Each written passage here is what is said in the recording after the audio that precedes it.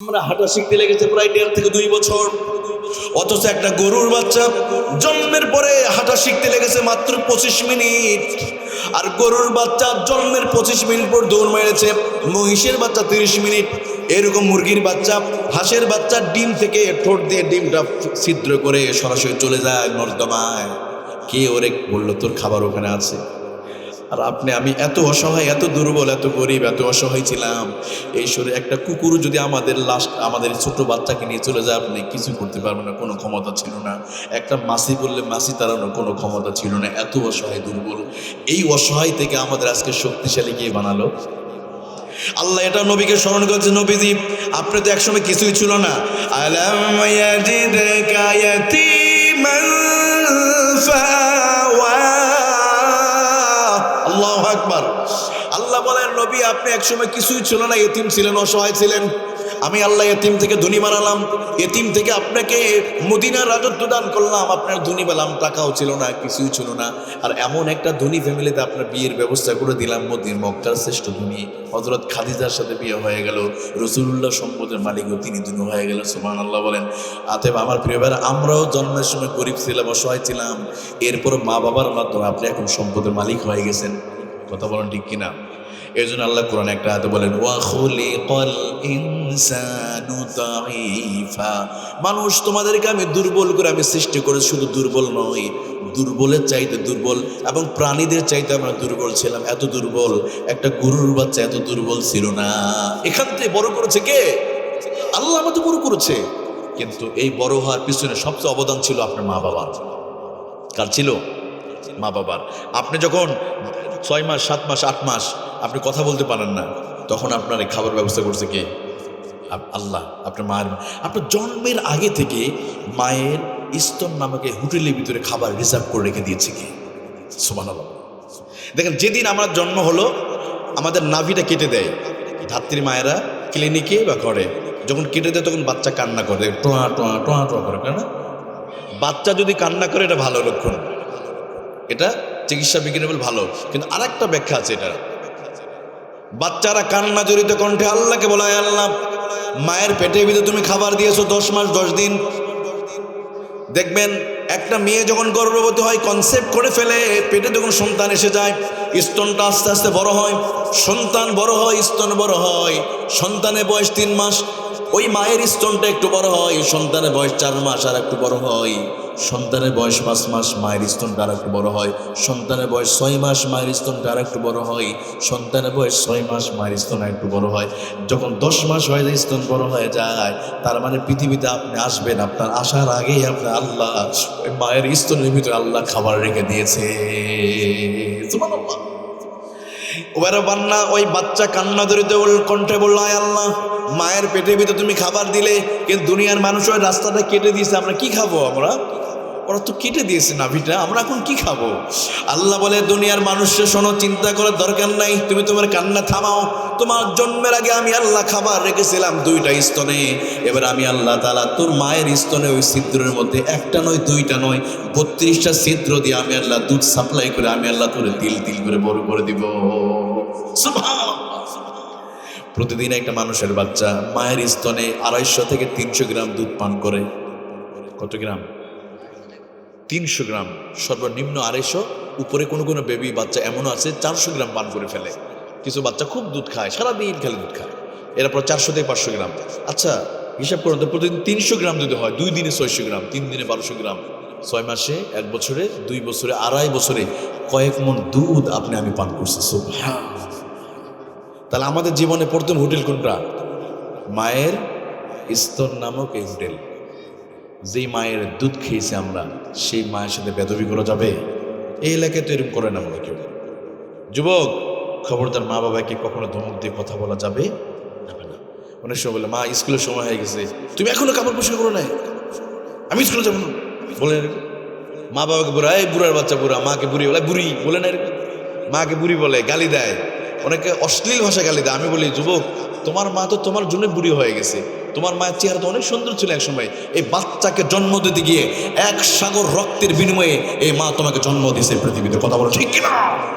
একটা সন্তান যখন জন্ম হয় এভাবে দেখবেন, বাচ্চাটা কোলে নিয়ে আসে অন্য মায়েরা, মায়ের অনেক কষ্ট হয়েছে, কিন্তু বাচ্চার রক্ত মাখা চেহারা দেখলে মার পুলিতে ঠান্ডা হয়ে যায়, অন্যদিকে তার কোমর পর্যন্ত সব রক্ত ভিজে আছে। কিন্তু এই রক্তে রক্তাক্ত হয়েছে শুধু আপনার আমার জন্য। আজকে সেই মা, মায়ের পেটে জায়গা হলো, পৃথিবীতে সে মায়ের জন্য কি একটু জায়গা হবে না?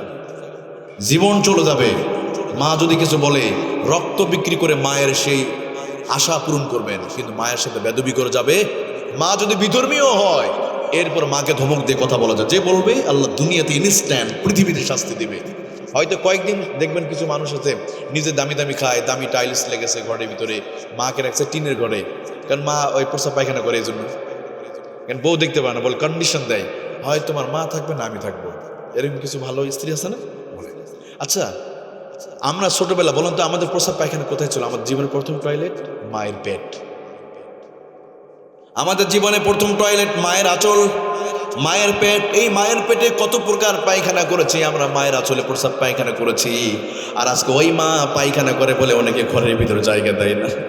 এমনও সন্তান আছে, এমনও সন্তান শিক্ষিত, আবার এগুলো আবার শিক্ষিত আমি দেখি। আহারে, মা প্রস্রাব পায়খানা করে দেয়, এই জন্য ঘরতে বের করে টিনের একটা ঝুপড়ির মধ্যে রেখেছে, আর ওরা থাকে দামি দামি টাইলস ঘরের ভিতরে। নাউজুবিল্লাহ বলেন।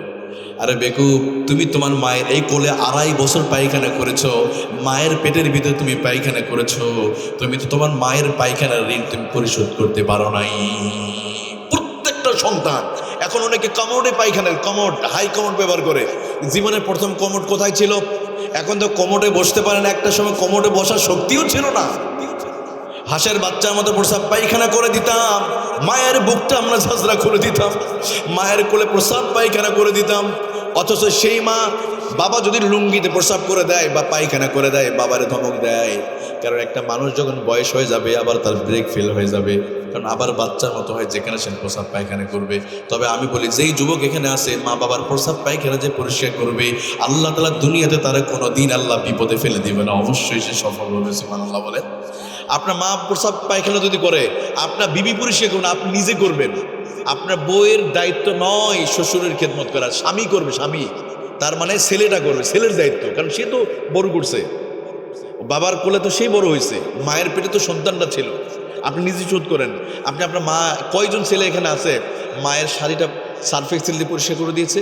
এখানে কয়জন আছে যে হুজুর আমি আমার মায়ের পায়খানা পরিষ্কার করছি? আছে না? মাশাআল্লাহ, যে একজন ভাই পাইছে, আলহামদুলিল্লাহ। এরকম 2-1 জন পাওয়া যায়, আমি দেখেছি। আমি যেখানে থাকি ঢাকা, একজন ভাই মা পায়খানা করতে পারে, কোলে কেরণে পায়খানা করে, কিন্তু এরপর ওই ছেলে দুনিয়াতে সবাই তার জন্য দোয়া করছে, অনেক সৌভাগ্যবান হয়েছে ছেলেটা। সুবহানাল্লাহ বলেন। এই জন্য মায়ের প্রস্রাব পায়খানা কখনো ঘৃণা করবেন। আপনার পেটের ভিতর 250 গ্রাম টয়লেট পায়খানা আছে আপনার পেটের ভিতরে, তাহলে মায়ের পায়খানা দিয়ে নাক ধরেন কেন আপনি? নির্লজ্জ কোথাকার যারা মায়ের প্রস্রাব পায়খানা ঘৃণা করে। কারণ আপনার পেট, মায়ের কোলটা শেষ করছেন, 2.5 বছর ধরে পায়খানা করছেন, আর এখন মা তুমি প্রস্রাব পায়খানা করো, তুমি করতে বেরিয়ে যাও। আসলে নাই, এটা করবেন না যুবক ভাইরা। আপনি মারা ধমক দেন, আজকে ধমক দিচ্ছেন, এই তো এই মা তো আপনার জন্যই তো কষ্ট করছে, আপনার জন্য তো 1 সাগর রক্তে গোসল করছে। এই জন্য আসেন, খবরদার মা বাবা কষ্ট দিয়ে যাবে, আর জন্য কষ্ট দেওয়া যাবে ভাই। আল্লাহ আমাদের বুঝা তৌফিক দেন, আমিন। আমি কিন্তু সূরা দোহার শেষের দিকে চলে আসছি। এবার আসেন, আল্লাহ তাআলা 3টা নিয়ামত স্মরণ করে দিল। বলুন নবী, আপনি এতিম ছিলেন তাই না? আপনার মা বাবা, দাদাও ছিল, সে দাদাও মরে গেল, খাদিজাও চলে গেল। এরপর এমন এক বিধ্বস্ত অবস্থা থেকে এনে আপনাকে ঘর থেকে উঠিয়ে আমি আপনাকে রাষ্ট্রের প্রধান বানিয়ে, মদিনাতে রাষ্ট্রপ্রধান বানিয়ে সম্মানিত করে দিই। শুধু মদিনা না, গোটা পৃথিবীর আপনার প্রেসিডেন্ট। সুবহানাল্লাহ বলেন। এবার আল্লাহ স্মরণকে দিলেন, আপনি তো হেদায়েতের নূর আমি আল্লাহ আপনার দিয়েছি।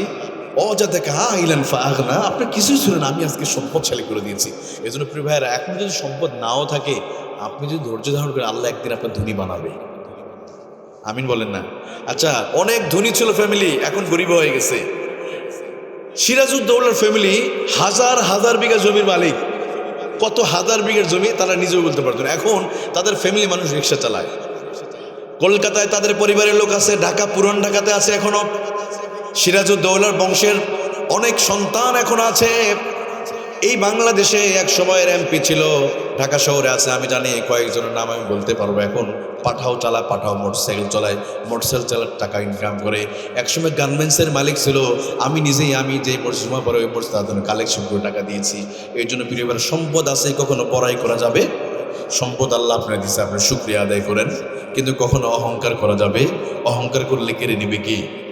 আল্লাহ যে কোনো সময় মুহূর্তে কেড়ে নেবে। এই জন্য আল্লাহ নবী নবী আপনি এতিম ছিলেন, আপনারা এতিম থেকে উঠে আনলাম, আপনাকে হেদায়েতে আলো দিলাম, আপনার ধনী বালাম। এবার দেখেন আল্লাহ তাআলা আবার কি বলছে, তিনটা শিক্ষা দিয়েছে, আমাদেরও তিনটা শিক্ষা। কয়টা শিক্ষা?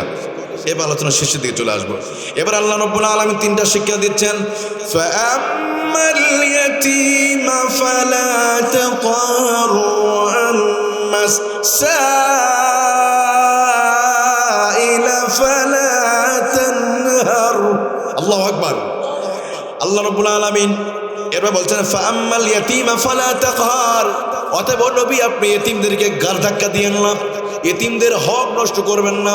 আপনি নিজে এতিম ছিলেন, এবার এতিমের অধিকার নিয়ে আপনি সোচ্চার হয়ে যান।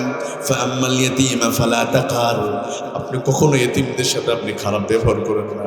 তার মানে আল্লাহ আমাদেরকেও শিক্ষা দিচ্ছে দুনিয়াতে, ও পৃথিবীর মানুষ শোনো শোনো শোনো, তুমি তোমার সমাজে চলতে গিয়া এতিমের হক নষ্ট করো না। যার মা নাই অথবা 18 বছর আগে বাবা মারা গেছে, শুধু মাটা বেঁচে আছে, এই এতিমের হক তোমরা কেড়ে নিও না। এমন আছে না নাই আমাদের সমাজে? দেখবেন অনেকে এতিমের সম্পদ মেরে নেয়। এতিম হয়তো ভাই মারা গেছে, এবার ওই বাচ্চা এবং তার মা সহ ঘর থেকে বের করে দিয়েছে। অসহায় পরিবার, আমাদের দেশ আইনটা আছে, এই আইনের ভিতরে অনেক সময় মেয়েরা সম্পদ পায় না। কিন্তু আপনারা মনে রাখেন, আমার আল্লাহ তাআলা কোরআনে বলেছে সূরা নিসার ভিতরে, যদি কেউ এতিমের সম্পদ যদি কেউ কেড়ে নেয়, এতিমের জায়গায় যদি কেউ মেরে দেয়, আমার আল্লাহ তাআলা বলেন সে যেন আগুন যেন পেটের মধ্যে ঢুকিয়েছে। কি ঢুকালো? ফি বুতুনিহিম নারা ওয়া সায়াসলাউনা সাঈরা। আল্লাহ বলেন তার পেটের ভিতরে সে আগুন ঢুকালো। আর এতিমের সম্পদ যে মেরে খাবে, আমার আল্লাহ বলেন দুনিয়াতে সে শাস্তি পাবে। কি বলছে এটা? দুনিয়াতেই শাস্তি পাবে। একটা প্র্যাকটিক্যাল ঘটনা বলি। গাজীপুর, আমি ডিপিএল গ্রুপে বসতে একসময় জমা পড়াতাম, তারপরে ঢাকা চলে আসছি। তো গাজীপুরের জমির অনেক দাম, সব গার্মেন্টস ইন্ডাস্ট্রি এলাকা। তো তো বাবা মারা গেছে, তো ছোট বাচ্চা, ওই বাচ্চা মানে ওই ছেলেটা তার ভাবিকে ঘর থেকে বের করে দিচ্ছে, ছোট বাচ্চা সহ, বেরিয়ে যাও ঘর থেকে, বাবা মারা গেছে। কারণ বেঁচে থাকলে সম্পদ দেবে, অনেক কোটি কোটি টাকার সম্পদ। কিন্তু মাত্র 10 বছর পরে এমন অসুখ হলো ওই মানুষটার, সে তার ভাবিকে লাথি মেরে বের করে দিয়েছিল, কিন্তু ওই পায়ে এমন প্যারালাইজড হয়ে গেল, অসুস্থ হওয়ার পরে যে মরে যাবে এমনও না, এমন অসুস্থ হয়ে বিছানায় তরপায়ে ছিল, শরীরে দুর্গন্ধ বের হতো। এলাকার মানুষগুলো বলে তারা মৃত্যু কামনা করত। তার সন্তান নিজেও বলতো যে তার মৃত্যু যেন হয়, তার শরীরতে এমন দুর্গন্ধ বেরোতো, মানুষ তাকে ঘৃণা করতো। অনেকে বলা শুরু করেছে হয়তো এতিমের হক নষ্ট করেছে, এই জন্য আল্লাহ তার দুনিয়াতে শাস্তি দিচ্ছে। কারণ এটা আমার আল্লাহ বলেছে যে এতিমের হক যে মেরে খাবে, আমার আল্লাহ বলে কবরও নয়, আমি আল্লাহ দুনিয়াতে আমি আল্লাহ তারা শাস্তি দিব, দুনিয়াতে শাস্তি দিবে। হয়তো এতিম এখন অসহায় হয়ে আছে, একটা দিন এতিমকে আবার আল্লাহ ধনী বানাতে পারে, যেমন আমার রসুলকে আল্লাহ তাআলা ধনী বানাইছে। এই জন্য এতিম যারা আছো তোমাদের টেনশন করার দরকার নাই, তোমার হক নষ্ট করেছে ধৈর্য ধারণ করো। আল্লাহ এতিমদের তোমার একদিন দেশের প্রধানমন্ত্রীও বানাতে, কিন্তু যে এতিমের হক নষ্ট করছে ওর কিন্তু বাঁচার উপায় নাই। যদি বাঁচতে হয় তাহলে এতিমের কাছে মাপ চেয়ে তার সম্পদটা দিয়ে দিতে। কিন্তু সমাজ আমরা অবিচার করি, সমাজের নেতারা লিডাররা এতিমের পক্ষে দাঁড়ায় না, কারণ ওর পক্ষে দাঁড়ায়, কারণ এতিম তো আর ঘুষ দিতে পারবে না, ঘুষখোররা চলে যায় ওই জালেমের সাথে যায়। এই জন্য যদি কেউ জালেমকে সাপোর্ট দেয়, তাহলে এই জালেমের কারণে ওই মানুষটা সাপোর্ট দেওয়ার কারণে অন্যায় বিচার করে সেও গুনাহগার হয়ে যাবে। এই জন্য সাবধান। এতিম সংক্রান্ত মামলা পড়ে থাকে, কারণ এতিমরা তো উকিলদের টাকা দিতে পারে না, মামলা জটলা লেগে থাকে, ওখানেও হেরে যায়, সমাজে নেতাদের কাছে হেরে যায়, এতিমরা এতিমই থেকে যায়। অথচ আল্লাহ এখানে কি বলছে? অথচ আপনারা কোরআনে শোনেন, ইমাম সাহেব যখন পড়ে ফাআম্মাল ইয়াতীমা ফালা তাকহার, সুবহানাল্লাহ, শুনি সুবহানাল্লাহ বলে, কিন্তু কি বলছে ওখানে? তোমরা এতিমকে ঘাড় ধাক্কা দিবে না। আল্লাহ বলে খবরদার নবী, আপনি এতিম ছিলেন, আপনি তো এতিমকে কিছু বলেন না। কে বলেছে এটা? এবার দেখেন আল্লাহ তাআলা বলেন ওয়া আম্মাস সাইলা ফালা তানহার ওয়া আম্মা বিনি'মাতি রাব্বিকা ফাহাদ্দিস। আল্লাহু আকবার। এবার আল্লাহ বলে ওয়া আম্মাস সাইল, ও নবী কোন ভিক্ষুক যদি আসে আপনার বাড়িতে, আপনার ঘরে, আপনার সামনে, ওই সাইলকে কখনো ধমক দিবেন না। অভাবগ্রস্ত মানুষ যদি আপনার দ্বারে আসে, আপনার ঘরে আছে, আপনার কাছে যদি আসে, খবরদার কাকে কখনো আপনি ধমক দিবেন না, কারণ একটা দিন তো আপনারও কিছু ছিল না। দেখেন আল্লাহ তার রাসূলকে কিভাবে শিক্ষা দেওয়ার মাধ্যমে আমাদেরকে শিক্ষা দিচ্ছে। সুবহানাল্লাহ। অনেক সময় আমরা গরিবদের সাথে খারাপ আচরণ করি, অনেক সময় ভিক্ষা চাইতে আসে, আমরা ভিক্ষুকদের সাথে যে পরিমাণ ক্ষমা চাই ওই পরিমাণ আল্লাহর কাছেও ক্ষমা চাই না। মাফ করে দেন, মাফ করে দেন বলি না, এই মাফ চাওয়াটা আল্লাহর কাছে চাইলে হয়তো জান্নাতি হয়ে যেতাম। মাঝে মাঝে গরিবরা যদি আসে ঘরের দরজা বন্ধ করবেন না, আল্লাহ আপনার রহমত বন্ধ করে দিবে। আল্লাহ এখানে রসুলকে ধমক দিয়েছে, ও নবী সাইল যত আসবে, যত ভিক্ষুকরা যারা আসবে এদেরকে কখনো আপনি ঘর থেকে বের করে দিবেন না।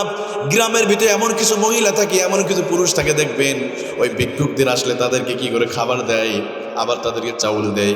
যেই মহিলাগুলো ভিক্ষুকদের খেদমত করে দেখবেন সমাজে ওই মহিলাগুলো অনেক ভালো, ভিক্ষুকদের খাবার দেয়, মুসাফির আসলে মেহমানদারি করে। আল্লাহ বলেন ওই ঘরগুলোর মধ্যে বেশি রহমত আসে না, নাই রহমত আল্লাহ নাজিল করে। এই জন্য প্রিয় ভাই, আজকে তো আপনার সম্পদ আছে তাই না, আল্লাহ তো এটা কেড়ে নিতে পারতো। কত মানুষের সম্পদ নদীতে ভেসে গিয়েছে, তাহলে কোনো সাইল যদি আসে, ধরেন বলছে আপনার দূরতে আসা লাগবে না, গ্রামে খুব গরিব অসহায় একটা ছেলে আছে, সে পড়তে পারে না, চলতে পারে না, অথবা ঘরে সে চাল আছে কিনা 1-2 দিন রান্না হয় নাই, কিন্তু আপনি দামি দামি খাবার খান, ফ্রিজে গরুর গোস্ত, মুরগির গোস্ত, বিড়ালের গোস্ত রাখছেন, কিন্তু আপনার রাখেন নাই, গরিবটার খোঁজ খবর নিলেন না, পাশে রান্না হয়েছে। রাসূলুল্লাহ বলেছে তুমি ঝোল বেশি করো, জানো পার্শ্ববর্তী গরিবরাও খায়। সুবহানাল্লাহ বলেন না। আপনি প্রতিদিন দামি দামি খাবার খেলেন, কিন্তু একটা দিন প্রতিবেশীর হক আদায় করলেন না। জান্নাতে তো সহজ নয় ভাই, কিন্তু যারা এটা খোঁজ নিবে, এই সাইলদের খবর নিবে, আল্লাহ তাআলা তাদের সংসার আল্লাহ বরকত দিয়ে দিবে। সুবহানাল্লাহ। এই যে সাইলদের যদি না দিতে পারেন, ধমক দিবেন না। নিষেধ করছে কে? আল্লাহ এইখানে বলছেন 3টা শিক্ষা, আবার 3টা শিক্ষা দেওয়ার ক্ষেত্রে বলছেন নবী আপনি এতিম ছিলেন, সাবধান, এতিমদের ধাক্কা দেবেন না। তার মানে পৃথিবীর এই 800 কোটি মানুষদেরকে আল্লাহ শিক্ষা দিচ্ছে, খবরদার, সেটা হিন্দু হোক আর খ্রিস্টান হোক, এতিমদের সাথে খারাপ ব্যবহার করো না। এখানে আরেকটা ব্যাখ্যা আছে, তাফসির ফি জিলালিল কোরআনে এতিম 2 প্রকার বলেছে। এতিম কয় প্রকার? এতিম 2 প্রকার। ইন্নাল্লাযীনা ইয়াকুলুনা ফি বুতুনিহিম নারা ওয়া সায়াসলাউনা সাঈরা। তাফসিরে জিলাল ইয়াতামা, যুলমান ইয়াতামা, ইয়াতিম 1 বছর, ইয়াতামা এখানে দ্বিবচন ব্যবহার করার মধ্য দিয়ে তাফসির ফি জিলালের কোরআনের মধ্যে বলা হয় এতিম হলো 2 প্রকার। একটা হলো যার মা বাবা নাই সেই এতিম, আর একটা এতিম হলো সরকারের কাছে জনগণ এতিম। সরকারের কাছে জনগণ এতিম। এখন যারা এলাকার মেম্বার, চেয়ারম্যান, প্রধানমন্ত্রী, মন্ত্রী যারা হবে, রাষ্ট্র যারা চালাবে, তাদের কাছে ওই দেশের জনগণ এতিম। সুতরাং জনগণের টিউবওয়েল মেরে যদি খায়, এরকমভাবে রাস্তার টাকা যদি মেরে খায়, সে যেন এতিমের হক নষ্ট করলো। কথা বলা ঠিক না? এরকম আসলে নাই। তাহলে এই জন্য আপনাকে যাচাই করতে হবে, যাদেরকে ওখানে পাঠালে এতিমের হক মারবে না, গরিবের হক নষ্ট করবে না, এখন ভালো মানুষগুলো ওখানে পাঠানোর দরকার আছে নাই? আল্লাহ আমাদের বুঝা তৌফিক দান করুন। এবার শেষ নম্বর আয়াতে আমার আল্লাহ বলেন ওয়া আম্মা বিনিয়ামাতি রাব্বিকা ফাহাদ্দিস। আল্লাহু আকবার। আর জোরে বলেন আল্লাহু আকবার। আল্লাহ বলে ওগো নবী আপনি যেই সমস্ত নিয়ামত আমি দিয়েছি, ওয়া আম্মা বিনিয়ামাতি রাব্বিকা ফাহাদ্দিস, আপনি নিয়ামতগুলো নিয়ে আপনি আলোচনা করেন। মুহাদ্দিস শব্দের অর্থ হলো যে হাদিস ব্যাখ্যা করে, যে হাদিস ব্যাখ্যা করে তাকে মুহাদ্দিস। যে মুফতি, যে ফতুয়া দেয় তার কি বলে? মুফতি। মুহাদ্দিস হাদিস বর্ণনা করে। আর এখানে কি বলে? ফাহাদ্দিস মানে কি? আপনি যা নিয়ামত দিয়েছি নিয়ামতগুলো নিয়ে আপনি আলোচনা করেন। সুবহানাল্লাহ বলেন। তার মানে আল্লাহ তাআলা যে নিয়ামতগুলো আল্লাহ তাআলা দিয়েছে এগুলো নিয়ে আপনি কি করেন? স্মরণ করেন। সুবহানাল্লাহ বলেন। আমার প্রিয় ভাইরা, আপনাদের কষ্ট হচ্ছে নাকি? দেখেন আল্লাহ তাআলা আমাদের কত নিয়ামত দিয়েছে। আমি আগেই বললাম, জন্মের সময় আমাদের কোনো কাপড় ছিল না, আমাদের কোনো পোশাক ছিল না, আমাদের কোনো কাপড় ছিল না, টাকা ছিল না, ব্যাংকে কোনো অ্যাকাউন্ট ছিল না, বাড়িঘর ছিল না, জমিনও ছিল না। আল্লাহ আমাদের খালি হাতে পাঠালো। এরপর বড় হলাম, আবার আমার সম্পদের মালিক হয়ে গেলাম। আবার একটা দিন আল্লাহ ডাক এসে যাবে, আবার এরকম একটা পোশাক আমাদের পরা লাগবে, তাই না? এই পোশাকটা পরে আমাদের চলে যাওয়া লাগবে। এই পোশাকটা চিনেন আপনারা? এই কাফনে কোনো জায়গা আছে নাকি? একটু আছে বলেন? কোনো জায়গা নাই। আল্লাহ যায় সম্পদ দিয়েছে, ওই সম্পদ থেকে যারা আল্লাহর জন্য যারা ব্যয় করে, আল্লাহ বলেন নবী যে আপনি নিয়ামতের শুকরিয়া আদায় করেন, নিজেও করেন, মানুষদেরকে করাতে বলেন। সুবহানাল্লাহ বলেন। কারণ যে নিয়ামত আদায় করবে আল্লাহ তাআলা তার কি করবে? আল্লাহ তার নিয়ামত আল্লাহ বাড়িয়ে দিবে। এবার আপনাদের বুখারী শরীফ থেকে একটা ঘটনা শোনাবো, বাস্তব শিক্ষণীয় একটা ঘটনা। এটা কি বলবো? একবার আল্লাহর একজন ফেরেশতা 3 জন ব্যক্তির কাছে আল্লাহর এক ফেরেশতাকে পাঠানো হলো। খেয়াল করেন, এই ফাহাদ্দিসের ব্যাখ্যায় চলে এসেছে 3 জন ব্যক্তির কাছে আল্লাহ তাআলা একজন ফেরেশতা পাঠালেন। একজন ব্যক্তি হলো কুষ্ঠরোগী ছিল, আর একজন অন্ধ, একজন টাকমাতাওয়ালা। তিন শ্রেণীর তিনজন অসুস্থ, মানে ধবল রোগী সারা শরীর সাদা বর্ণ হয়ে গেছে, টাকমাতাওয়ালা তার মাথায় কোনো চুল নাই, আর একটা হলো অন্ধ। এই তিন ব্যক্তির কাছে আল্লাহ একজন ফেরেশতা পাঠালেন, মানে তাদের পরীক্ষা করবে, নিয়ামতের শুকরিয়া আদায় করেন আল্লাহ তা দিছে। এবার আল্লাহ তাআলা ফেরেশতা পাঠানো হলো। প্রথমে ওই ধবল রোগী, যা শ্বেত রোগ হয়, যে শরীরে সব লাল মানে সাদা হয়ে যায়, এবার তার কাছে এসে বলো, ও আল্লাহর বান্দা, তুমি বলো তোমার কি প্রয়োজন আছে। এবার বলো, দেখো আমার চেহারাটা চামড়াটা সাদা হয়ে গেছে, মানুষ ঘৃণা করে, আমার কেউ পছন্দ করে না, আমার আল্লাহ যদি সুস্থ করে দিত, আমি এতে সবচেয়ে খুশি হয়ে যেতাম। এবার আল্লাহ ফেরেশতার শরীরে একটা হাত দিয়ে সাথে সাথে শরীরটা চামড়া এসে গেল, চেহারা সুন্দর বানিয়ে দিয়েছে কে। এবার বলে, তুমি কি পছন্দ করো বলো। এবার আল্লাহ তাআলা সে বললো যে, আল্লাহ আমার যদি উট যদি দিত, আমি উট পছন্দ করি। আল্লাহ গর্ভবতী একটা উট দেয়া হলো ওই ফেরেশতার মাধ্যমে, সুবহানাল্লাহ বলেন। এবার দেখেন ওই একটা থেকে অনেকগুলো হয়ে গেল। এবার দ্বিতীয় রুগীর কাছে চলে আসছে, যে টাকমাতাওয়ালা, মাথায় চুল নাই। ফেরেশতা এসে বলে, ও আল্লাহর গোলাম, তুমি কি পছন্দ করো, তোমার কি প্রয়োজন আছে। এবার সে বলছে, দেখো আমার মাথায় চুল নাই, মানুষ আমার টাকমাতাওয়ালা বলে, আমার কেউ সম্মান করে না, মাথায় চুল না, আমার সবাই খোঁটা দেয়, আমার আল্লাহ যদি চুল দিত, আমি কত খুশি হয়ে যেতাম। এবার ফেরেশতার মাথায় হাত দেওয়ার সাথে সাথে আল্লাহ তাআলা চুল দিয়ে পরিপূর্ণ করে দিয়েছে। এবার বলো তুমি কি পছন্দ করো। বলো, আমি তো পছন্দ অনেক কিছু করি, তবে আমার যদি একটা গরু থাকতো তাহলে অনেক ভালো হতো, কারণ এক গরু থেকে তো আর এক গরু হতে পারে, সুবহানাল্লাহ বলেন। এবার একটা গর্ভবতী গরু দেয়া হলো, আর একটা গরু থেকে অনেক গরু হয়ে গেছে। এবার দ্বিতীয় নম্বর ওই ব্যক্তির কাছে গেছে, অন্ধ, যার চোখ নাই। অন্ধর কাছে গিয়ে বলে, আল্লাহর গোলাম, তুমি কি ভালোবাসো বলো তো। এবার অন্ধ বলে, আমার তো চোখ নাই, এই এত সুন্দর পৃথিবী আমি দেখতে পারি না, আমার আল্লাহ যদি আমার চোখটা যদি সুস্থ করে দিত, এর চেয়ে আর কি নিয়ামত আছে। এবার সে বলা শুরু করলো, আমার আল্লাহ যদি আমার চোখটা যদি দেয়, আমার কিছুই লাগবে না। এবার আল্লাহ ফেরেশতার চোখে হাত দেওয়ার সাথে সাথে তার চোখটা সঙ্গে সঙ্গে ভালো হয়ে যায়, সুবহানাল্লাহ। এরপর দেখেন, বলো তোমার কি কোনো কিছু পছন্দ করো। বলো, হ্যাঁ আমি তো পছন্দ করি, আমার যে ছাগল যদি ভাত দিতেন, ছাগল হলে আমার অনেক ছাগল হতো, আমি ছাগল চড়াতাম।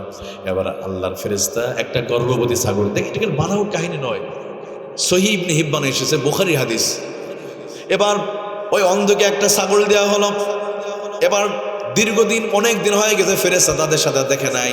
ইতিমধ্যে ওইটা কলা গরু লালন পালন করতে করতে একটা থেকে অনেক গরু হয়ে গেছে। প্রথম ব্যক্তি যারা উট ছিল, উট চাইছে, আল্লাহর উট দিয়েছে, অনেকগুলো উটের পাল হয়ে গেছে, কারণ গর্ভবতী ওটা থেকে অনেকগুলো উট আল্লাহ দান করছে। আর অন্ধ ব্যক্তির অনেকগুলো ছাগল হয়ে গেছে। দীর্ঘদিন পরে, কয়েক বছর পরে, আল্লাহর ওই ফেরেশতা প্রথম ওই ব্যক্তির কাছে গেছে, ধবল রোগীর কাছে। ধবল রোগী তার কাছে গিয়ে বলে, কি ব্যাপার, তোমার তো অনেকগুলো উট হয়ে গেছে, একসময় তোমার কিছুই ছিল না, তাই না। এবার ধবল রোগী বললো, কে বলেছে আমার কিছু ছিল না, আমার বাবা 14 গোষ্ঠী সব ধনী ছিল, আমি বংশ পরম্পরা আমি ধনী ছিলাম। নাউজুবিল্লাহ বলেন। দেখতেন কিভাবে নিয়ামত অস্বীকার করে। তুমি কে প্রতীক, তোমার তো আমি চিনি না, তুমি জানো না আমার বংশের পরিচয়, জানো আমার বংশ পরম্পরা অনেক ধনী ছিলাম, এগুলো আমরা এমনিতে পাই নাই, আমার ছিল এগুলা। এবার আল্লাহ ফেরেশতা বলে, আসলে কি তুমি এটা সত্য বলছো? তুমি তো একটা সময়, তোমার কি মনে আছে, তুমি তো একটা সময় ধবল রোগী ছিলে, তুমি চেয়েছিলে যদি চেহারা যদি ভালো হতো, আর কিছুই লাগতো না, আর তুমি আল্লাহর নিয়ামত অস্বীকার করলে। এবার বলে, অসুবিধা নাই, তুমি কি করবা, তোমার আমি চিনি না। এবার আল্লাহ ফেরেশতা দোয়া করলো, আল্লাহ যে অবস্থায় ছিল, আল্লাহ তুমি আবারও তারে সেই অবস্থায় ফিরিয়ে দাও। আবার ধবল রোগী হয়ে গেল।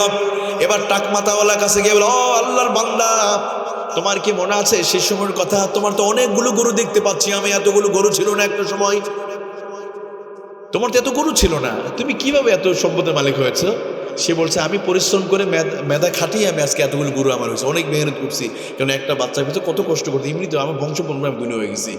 তোমার কি কেউ দান করে নাই? না, আমার কেউ দান করে নাই, কে দান করবে আমার? দেখছেন কি কথাবার্তা। এবার সত্যি কি তাই? আচ্ছা, তুমি যে অবস্থায় ছিলে একসময়, তুমি তো টাকমাতা ছিলে, তাই না? না, কি বলছো, এই তোমার মধ্যে চুল আছে, দেখো চুল আছে, আমি তো টাকমাতা ছিলাম না। আল্লাহর নিয়ামত অস্বীকার করা শুরু করছে। এবার দেখুন ফেরেশতা বলল, তোমার তো একসময় মাথায় চুল ছিল না, আল্লাহ তোমার চুল দিছে, তোমার গরু ছিল না, আল্লাহ গরু দিছে তোমারে, তুমি কি এখান থেকে একটা কি আমার দান করবে, আল্লাহর জন্য কি দান করবে? প্রথম ব্যক্তিও দান করে না, দ্বিতীয় গরু আল্লাহ বললো, না আমি একটাও দান করবো না। এবার ফেরেশতা দোয়া করলো, আল্লাহ যে অবস্থায় ছিল আবার পূর্বে অবস্থায় তুমি তারা ফিরিয়ে দাও। এবার কি হলো, ওই টাক মাথা আবার টাক হয়ে গেল, গরু ছাগল আল্লাহ কেড়ে নিছে। এবার আসন থেকে গেছে কে? অন্ধ ব্যক্তি। এবার অন্ধর কাছে গিয়ে বলে, ও আল্লাহর গোলাম, আমি একজন মুসাফির মানুষ, আমি রাস্তা চলার জন্য কোনো আমার সম্পদ নাই, কাছে নাই, কিছুই নাই, আমি একটু হেঁটে হেঁটে যাবো, আমার কোনো সামানা নাই, টাকা পয়সা নাই। তোমার তো অনেকগুলো ছাগল দেখছি, তুমি কি একটা ছাগল আমারে দিবে? আমি ছাগলটা বিক্রি করে আমি যাবো এক জায়গায়, মুসাফির মানুষ, তুমি কি দিবা? তখন বলে, সমস্যা নেন, আপনি নিন। কেন, আমার তো কিছুই ছিল না, আমি অন্ধ ছিলাম, আমার রব আমাকে ভালোবেসে সম্পদের মালিক বানিয়েছে, আমার চোখই ছিল না, সেখানে আমার এতগুলো ছাগলের মালিক, একটা দান করলে তো আমার কোনো সমস্যা নেই, তুমি নিয়ে যাও। সুবহানাল্লাহ বলেন। এবার দেখেন আমার প্রিয় ভাইয়েরা, নিয়ামতের শুকরিয়া আদায় করার জন্য আল্লাহ তাআলা তার নিয়ামত আল্লাহ আরো বাড়িয়ে দিলেন। ফেরেশতা বলল, দেখো তুমি শুকরিয়া আদায় করেছো, আল্লাহ তোমার নিয়ামত আরো বাড়িয়ে দিয়েছে। আর ওরা শুকরিয়া আদায় করে ওদের নিয়ামত আল্লাহ ছিনিয়ে নিয়েছে। কত বলেন ঠিক কিনা? এজন্য আল্লাহ বলেছেন, লা ইন শাকারতুম লাযিদান্নাকুম, তোমরা নিয়ামতের শুকরিয়া আদায় করো, বাড়িয়ে দেবে কে? অতএব প্রিয় ভাইরা, আমরা জন্মের সময় কিছু ছিল না, খালি হাতে এসেছিলাম, এখন তো অনেক কিছু আছে। এই টাকাগুলোর থেকে আমরা কি আল্লাহ ঘরের জন্য কি আমরা 5টা হাজার দিতে পারবো না ভাই? অনেক সন্তান এখানে আছে, মা বাবার জন্য আমরা কিন্তু দিতে পারবো না? এই মাহফিলটা হচ্ছে মসজিদের উদ্যোগে না, মসজিদের জন্য হচ্ছে। আমি শুধু একটু বললো, আমার বাবারা, আমার বাবাজিরা, এখানে মুরব্বীরা যারা আছেন, চুলদারি পেকে গেছে, আগামী 40 বছরের ভিতরে আমরা 90% মানুষ কবরে চলে যাব। কারণ আগামী 40 বছর পরে অনেকের বয়স 120 বছরের বেশি থাকবে। এখন যারা দাঁড়িয়ে আছে, যারা বসে আছে, এদের কবর তৈরি হয়ে গেছে। কারণ এখন যার বয়স 40 বছর বড় হয়ে যাবে, 80 বছর বাঁচবো আমরা। এই যে যুবক যারা আছে, এদের তোমার বয়স কত? 15 বছর। আগামী 40 বছর পর তার কত হবে? হ্যাঁ, 55। মানে এখন তো দাঁড়িয়ে নাই, চুল দাড়ি উঠবে, পেকে যাবে, তখন দাঁতও থাকবে না ওই ছেলেটা। তাহলে আপনারা কোথায় আছেন? আমরা কেউ আছি না? কেউ নাই। এই যে কলম খাতা নিয়ে বসে আছে, আমরা সবাই মাটির নিচে। একটারও কল্পনা করেন, কিসের দুনিয়া নেই ভাই? কিসের কল্পনা করছেন আপনি? 100% কাফনে কাপড় আপনার জন্য রেডি হয়ে আছে, সাদা কাপড় রেডি হয়ে আছে, 3 টুকরো ছাড়া কিছুই না, আপনার কিছুই নয়। যেটা দান করবেন, আও তাসাদ্দাকতা ফাআমদাইতা, সেটাই আপনার সাথে কবরে চলে যাবে। এই জন্য প্রিয় ভাইয়েরা, পৃথিবীতে আসলাম খালি হাতে, কিছু দিল, ন্যাংটা হয়ে আসলাম, আল্লাহ এত কিছু দিল। ওই অন্ধ ব্যক্তিদের আল্লাহ পরীক্ষা করছে, আমাদের মনে পরীক্ষা করবে না? এই তো আমাদেরও করবে ভাই। এই যে পরীক্ষা দানের সময় করবে, হ্যাঁ মাহফিল শুনেছে ভাই, মাহফিল হবে, দাও না, কিন্তু এত মাহফিল করে কি হবে? কিছু লোক বলে না। আবার অনেক লোক বলছে, ভাই টাকা নিয়ে যাও, মাহফিল করো, মাদ্রাসা বানাবো তো, মসজিদ তো নাও, মাহফিল করবো, কয় টাকা, অসুবিধা কি? কারণ কত টাকা নষ্ট করি আমরা মার্কেটে, কত